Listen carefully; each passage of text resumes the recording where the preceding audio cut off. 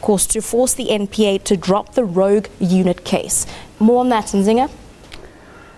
Thanks, Shante. Van Loggerenberg, who oversaw the management of the anti-corruption unit, wants the court to force the state to drop charges. For more on this, I'm joined in studio by Tiso Blackstar Legal Journalist Karyn Maughan. Thanks so much for your time on SABC News. What's the basis for him wanting them to drop this investigation? Well, there's sort of multiple parallel things happening at the same time. But essentially what he's saying is that the Hawks and the NPA never obtained what is called a warning statement before they launched these charges or issued summons against them.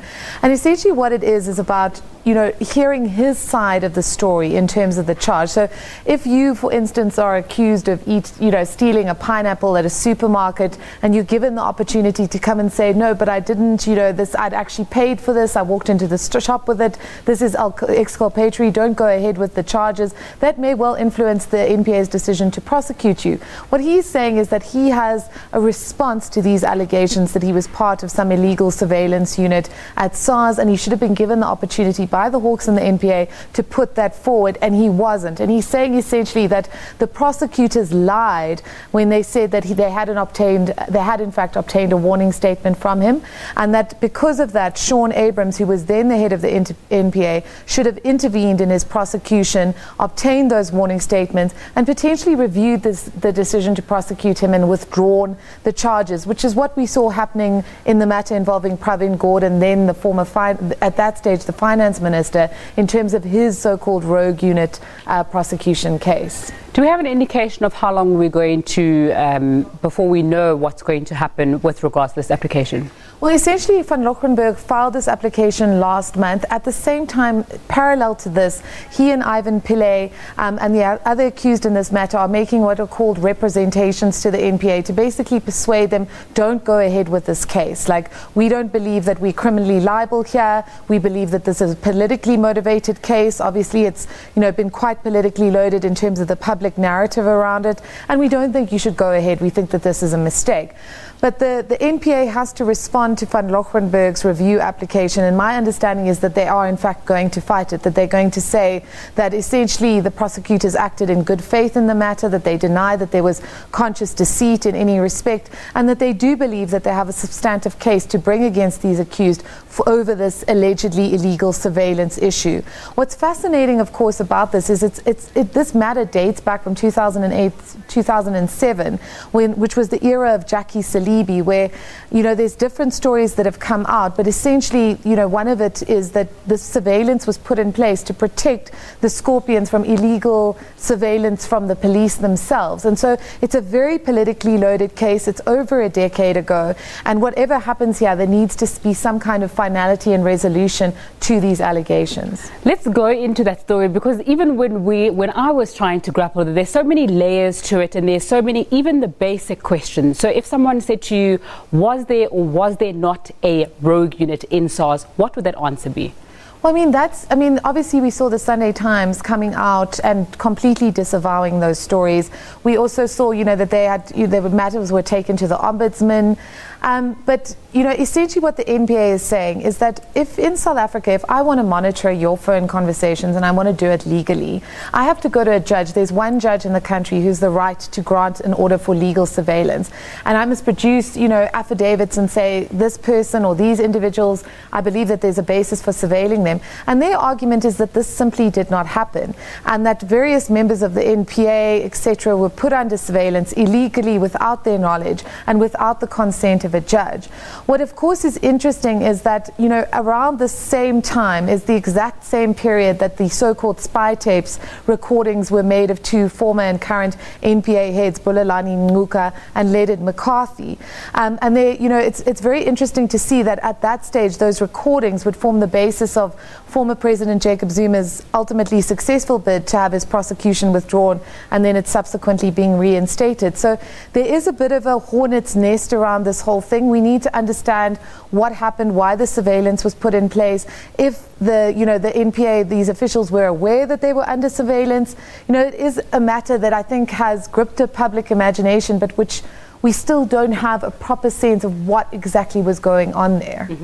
So would it then not be I mean, you understand that the law needs to take its course, but then also people shouldn't be unfairly prosecuted, or the court's time shouldn't be wasted if there isn't a case. So in an instance like this, what would you say should be done? Because, like you're saying, we can't really get to the bottom of the issue.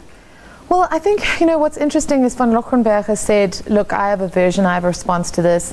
I am going to make representations to the NPA. So he is going to give his side of the story. And my understanding is that Ivan Pillay, the former Sars commissioner, will do the same. I think all the accused in this matter are going to put their side forward, their side of the story. What I find very interesting is that in this application, Van Loggerenberg actually says, I want this to be decided by the permanent new head of the National Prosecuting Authority, which we know Cyril Ramaphosa has been given, I think, until about mid-December to appoint this new person.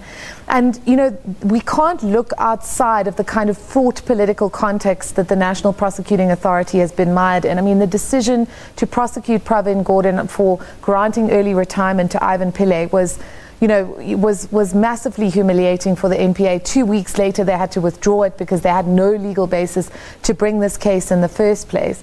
So, I think obviously the new National Director of Public Prosecutions, whoever he or she may be, if representations are made, and there's no reason to believe that they won't be, will have to look at the evidence, will have to look at the case that is made by these accused and make a clean call on it and say, do we go ahead with this, knowing that this entire matter is kind of mired in controversy, that, it's been referred to in the Nugent inquiry. There have been all these allegations of sort of political motivations. What do we do here? And ultimately, I think it's going to, whoever that new NDPP is, with this case and with a bunch of others that he or she is going to have to make decisions on, it really is a hornet's nest that either the courts are going to have to make a call on, or the new National Director of Public Prosecutions will have to do so. Whenever they are appointed. Whenever they're appointed. So, Johann van Loggerenberg has come out and stated his side in a very long Facebook post that was reported on by some newspapers, saying that because of the SARS Act, there are certain things that they believe they could do, even though perhaps they weren't legally constituted in the beginning. SARS can do whatever they want, essentially, in order to make sure that people are complying with the law. So it also, there's some elements there that were corrected later on. Do you think that that is going to influence in any way what possibly is going to happen with this case? Or do we need to say, this thing is very politically motivated and we need to be really careful? Or do we need to go right back to the beginning and say, how was this thing constituted? Was there any wrongdoing at that stage? Do we need to go ahead? Because it seems, and genuinely, as a person trying to make sense of the story, it's complicated. Some of the things I don't understand. Why, I think there's a few things that are important. At the stage when this unit, this unit was kind of a project of government. They wanted to go ahead with it. The National Intelligence Agency was at some stage involved, but then withdrew their involvement. And we've had people like former Intelligence Minister Ronnie Caswell say that there were the best intentions behind this. This wasn't kind of a manifestly criminal intelligence enterprise. But I think the law is the law. The question I think that you're raising is that issue of mens rea. Did the people involved know that they were intentionally breaking the law by participating in this? Were they in fact breaking the law? And how do we gel their kind of explanation for what happened with the facts? And I think that the applicable legislation needs to be applied.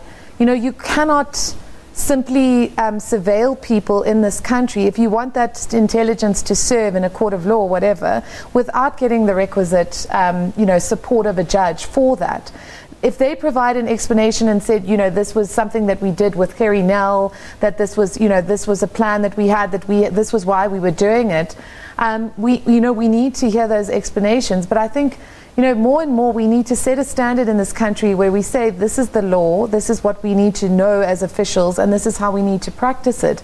And this idea that somehow you are you're in this very high-powered position, but you claiming legal ignorance of certain key aspects of legislation, or saying that certain legislation allows you to do things. Those are issues that need to be decided by a court, and we need to know what are the standards by which You know, what can SARS do, what can it not do? So, you know, whatever happens with this matter, and maybe these men have been horrendously treated by an NPA hell-bent on political motives, but I think more than anything we do need certainty on exactly what happened here, what was the legal justification in their minds for it, what did they achieve through it, and what are the standards by which SARS should be judged in terms of the alleged use of such intelligence. Karyn Maughan, thanks so much for your time on SABC News. Tiso Blackstar Legal Journalist Karyn Maughan. It's time for a short